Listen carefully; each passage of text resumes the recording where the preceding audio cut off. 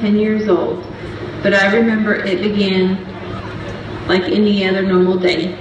My mom dropped me and my older sister off at school late as usual, and we went to class as usual. After attendance was taken during first period algebra, the office attendant's voice came over the loudspeaker announcing that it was time to assemble in the gymnasium for a pep rally. In the gym, voices, cheers, and music echoed and overwhelmed the senses. I took my seat next to my friends in the Spirit Squad section of the bleachers and waited for the festivities to begin. It was a typical Tuesday morning at Fredericksburg Middle School, one filled with high energy, happiness, and anticipation.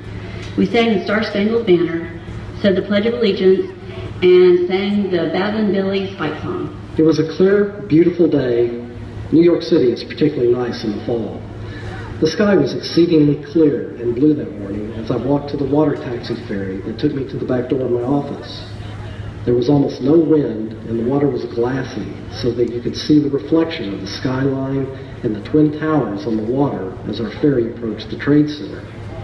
I had gone in a little early that morning and was sitting at my desk on the 15th floor of the World Financial Center, directly across the street from the North Tower.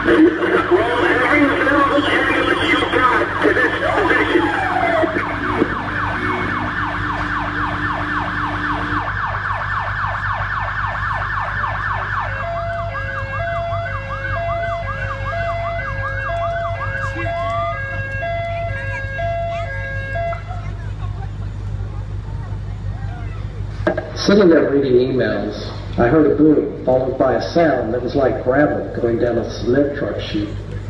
When I looked up through my window, I could see the windows vibrating on the building next door as they responded to a shock wave. I knew that waterfront construction was going on behind my building on the side opposite from the trade center, and my first thought was that a crane had toppled. I went to that side of our floor to see what had happened.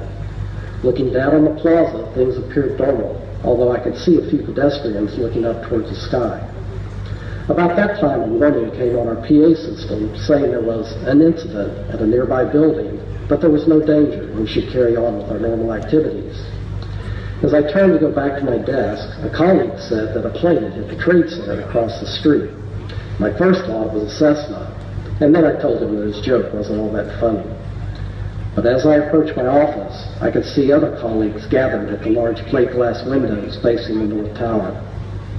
When I walked up, everyone was silently watching. It was hell come to life. It was surreal to the point that we could not believe it was an actual crash.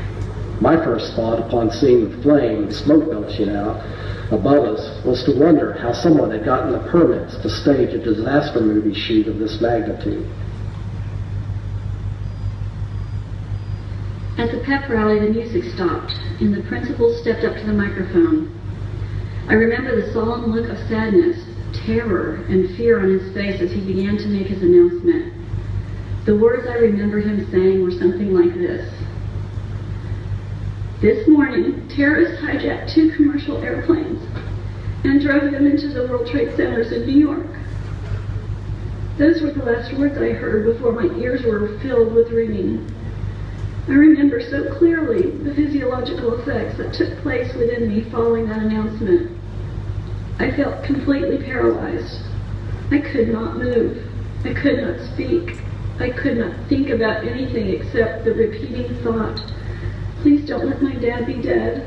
Please don't let him have been at the office. And the most memorable sensation that I will never forget was the heat. Heat that felt like flames that started in my feet and slowly rose and spread over my entire body until I felt like my head was going to explode. The heat and the paralysis and the dreadful thoughts overpowered all of my sentences and felt like it lasted forever.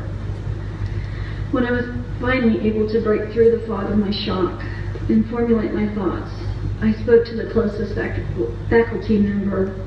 My dad is there. I need to call my mom. The teachers were on their phones in and out of the classrooms. They seemed worried, but weren't saying anything. I was then called to the principal's office and thought what every other 10-year-old would think when called to the principal's office. What did I do? Then it wasn't about anything I had done, but what had been done. I was told that 2 planes had crashed into the World Trade Center and that my dad was in the office next door. On my way home from dropping my girls off at school, I got a call from a friend telling me of the news.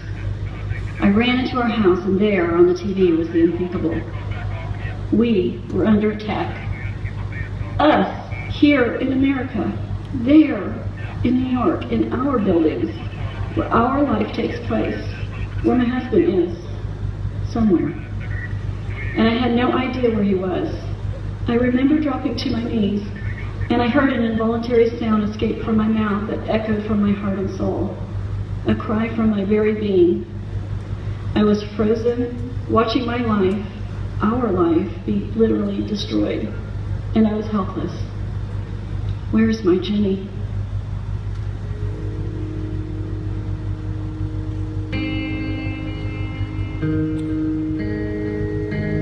Well, it was at that time of 9:59 in the morning. The South Tower had collapsed. That's where Flight 175 had hit just 56 minutes before, carrying 65 passengers, 10,000 gallons of jet fuel, and going over 590 miles per hour on a trip from Boston to LA. Over 600 people perished above the floors of where that Flight 175 had impacted the building. Only 18 people survived from above floor 77. The collapse took just 10 seconds. 10 seconds. 1, 2, 3, 4, 5, 6, 7, 8, 9, 10.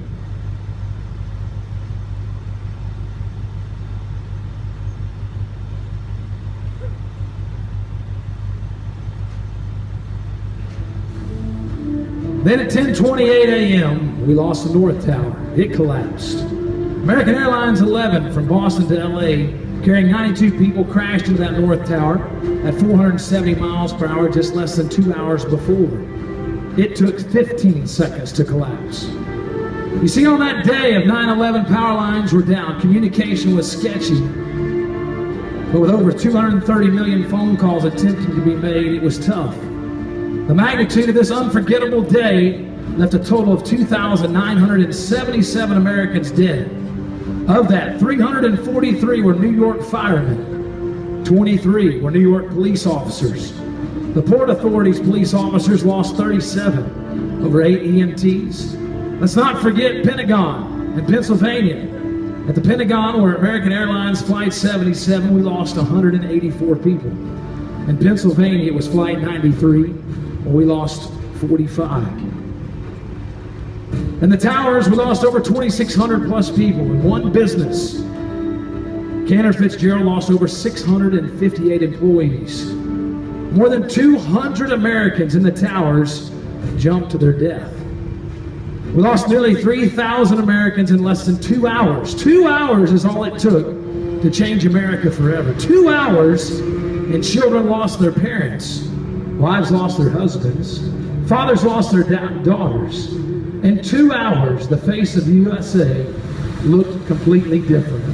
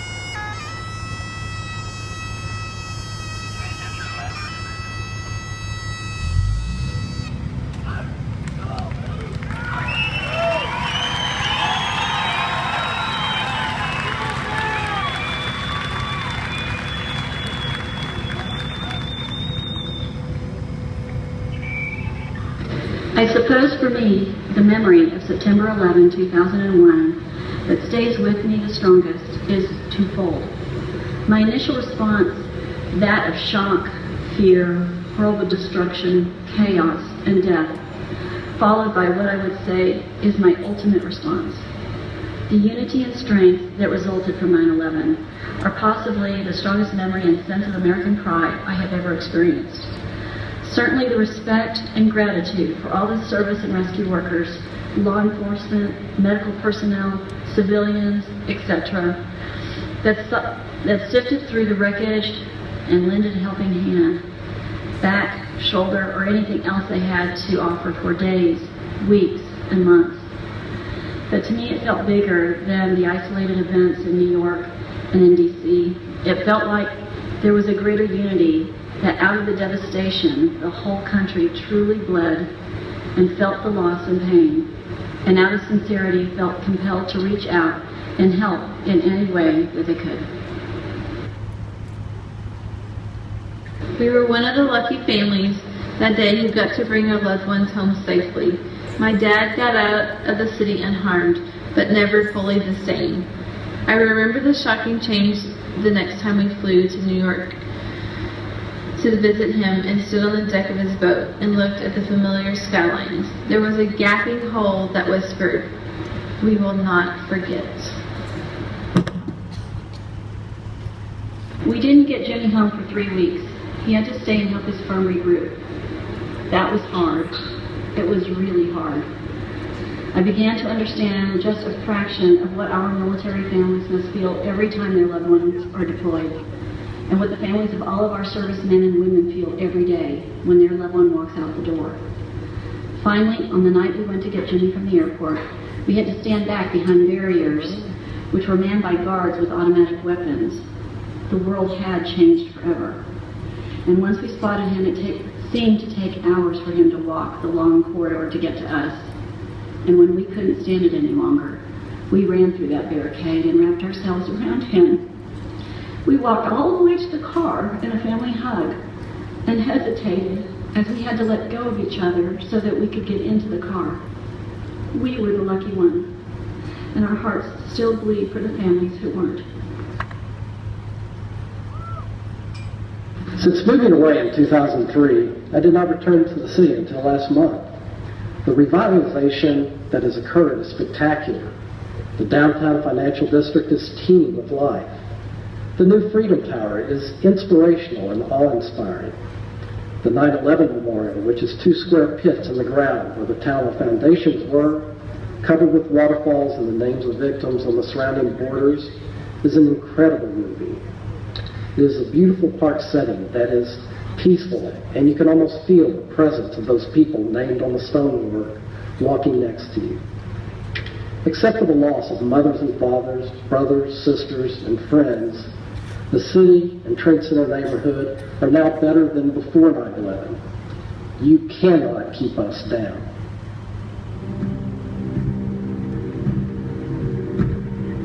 Well, it was the economical impact that affected us on 9/11 as well, not to mention the lives that we lost. Over $123 billion was estimated for the loss for the first 2 to 4 weeks after 9/11, as well as decline in air traffic and air travel over the next few years. Cost over $60 billion at the World Trade Center site. That's the damage. It cost over $750 million to clean it up. Well, insurance claims, that was $9.3 billion. The devastation of that day, Americans all across this nation still persevered. I ask you this question, even though 9/11 should have never happened, are we actually better today than we were before? Would we even allow terrorists from the future to not only steal our freedom, but come over to our country and take our lives and take our resilience? No, it's not going to happen. You see, we created Homeland Security. We made air travel safer. Gun sales increased over 200%. We loved more. We worked less, and God actually became a part of our community once again. We waged war on terrorism. We even captured that old dude, Saddam Hussein. You killed the 911 mastermind Osama bin Laden on May 2nd of 2011 thanks to our Navy SEALs. You see, as Todd Bremer said on UA Flight 93, he said, let's roll. So we did. You can shoot us. You can blow our buildings up and you can even crash our planes. But you cannot keep us down. On behalf of our fallen fellow Americans 14 years ago yesterday, I ask you, Fredericksburg, I ask you, are you still proud to be an American?